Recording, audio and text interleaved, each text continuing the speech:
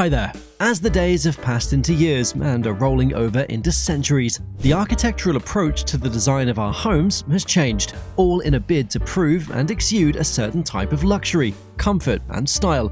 But in today's video, we'll be highlighting certain features of homes from the past which have sadly been forgotten, ranging from basic elements that made communication in the home easier to systems that made it possible to store food, among many others. Let's dive in.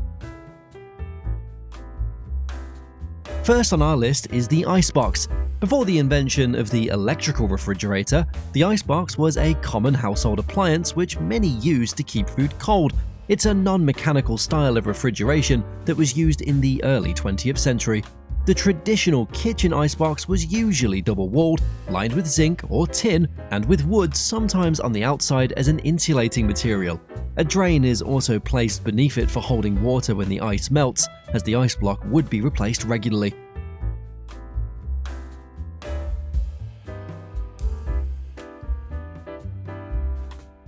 Some homes hired ladies referred to as ice girls to help in the replacing of the ice blocks from time to time. The large block of ice, usually cut from ice lakes, is placed in a compartment at the top, and the cold air from the ice would circulate down to make the food in the lower compartments cool. It saved the stress of thinking of other means of preservation. If you had the choice to try it out, is it an option that you'd consider? Next is what's known as California coolers. They were also known as cooler cabinets, and they were used in the same period as iceboxes, but these ones were commonly found in the west of the United States. California coolers were built as shelves with slabs, and inbuilt in them as well were vents near the top and bottom of the coolers that allowed air from the outside to circulate. They were mostly used to keep perishable food items such as vegetables and fruits fresh. The cabinets were structured to give room for multiple items to be placed inside it. The system of the use of cabinets is still present today, though there are a few highlightable differences.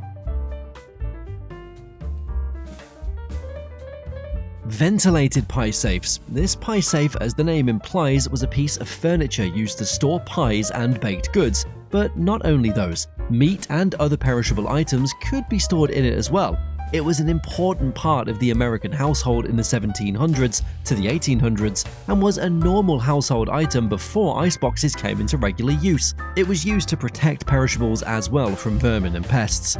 The hinge doors of the safe are ordinarily ventilated either with tin plates that had holes punched in them or screens.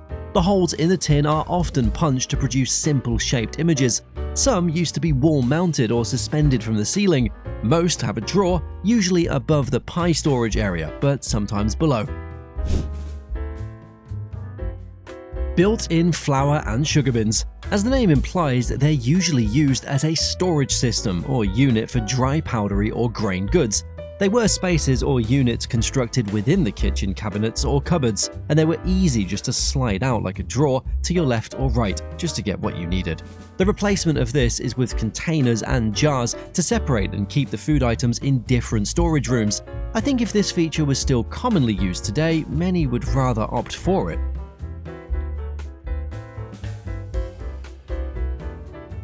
Hoosier cabinets. The Hoosier cabinet was a kitchen workstation from the early 1900s. In those early days of the last millennia, when more people were starting to move into cities, apartments didn't come with built-in counters and cabinets. The Hoosier cabinet, named after its original producer, the Hoosier Manufacturing Company of Indiana, was the thing you needed.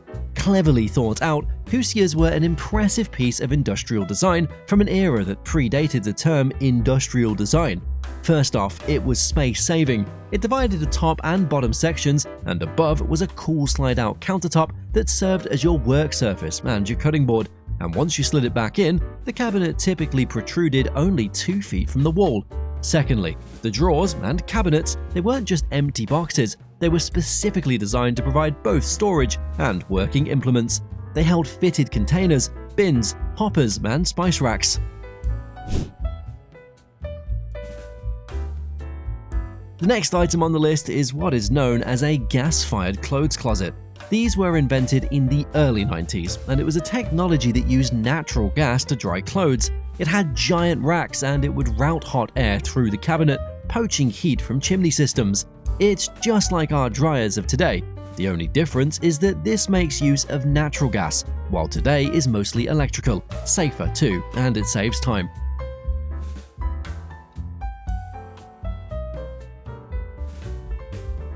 Coal chutes. These are underground storage tunnel systems that led to the basement of a building, and they're used for storing coal. They were mostly made with metal doors into the walls of a house foundation. Most Victorian houses from the 1800s, they have it inbuilt. During the early 19th century to the mid-20th century, when coal was widely used for domestic heating, the location of the coal hole on the street minimized the distance the sacks needed to be carried, and it meant that sooty sacks and delivery men need not enter the house. With the development of the use of oil and gas for heating, this has become obsolete.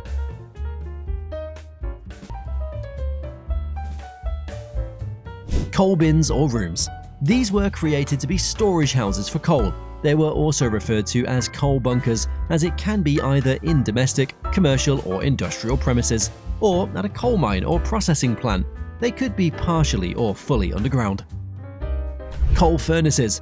These were designed based on preferences, and they differed from home to home, but they were designed for warmth during cold seasons and to generate heat for buildings. It uses a convection process that raises heat from the exchanger into a couple of rooms through pipes, forcing the colder air back into the basement.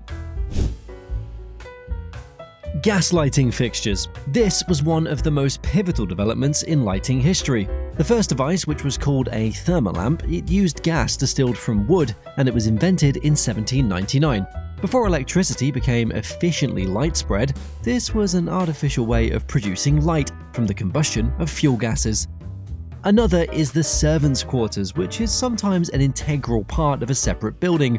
Servants often started their working lives as young children, and they lived some distance away from their families, so they needed to be accommodated within the country house. From the late 17th century all the way to the early 20th century, they were a common feature in large houses. But before the late 17th century, servants dined, slept, and worked in the main part of the house with their employers, sleeping wherever space was available.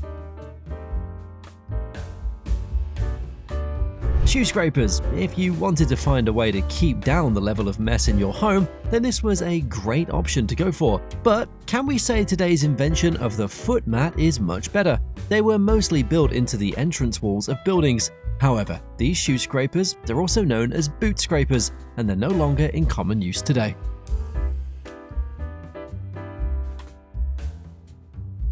Carriage houses. These, well, they're historic buildings to house horse-drawn carriages and their tracks. They were structures used to store horse-drawn carriages and related equipment.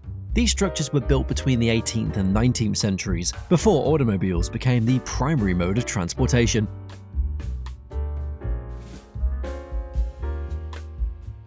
Rain chains are a beautiful decorative form given to water, from moving downwards to probably going into a storage container for future use from rain gutters. They could be found in both homes and temples, and they're simply just chains attached to a series of metal cups with a hole in the bottom of each, or chain links that span vertically. Washstands.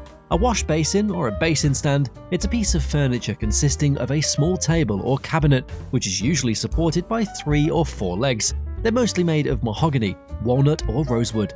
They were commonly used for holding a wash basin and a water pitcher. The smaller varieties were used for rose water ablutions or for hair powdering. The larger ones, which possessed receptacles for soap dishes, they were the predecessors of the modern bathroom wash basin or sink.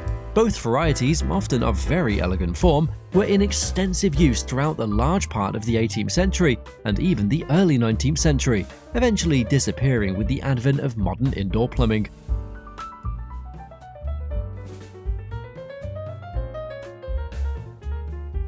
The last one on our list is an old plumbing technology, which was referred to as high-tank pull-chain toilets. These were early plumbing innovations in the late 1800s, and the idea behind it was to cause water to rush at high velocity for flushing after making use of the water closet.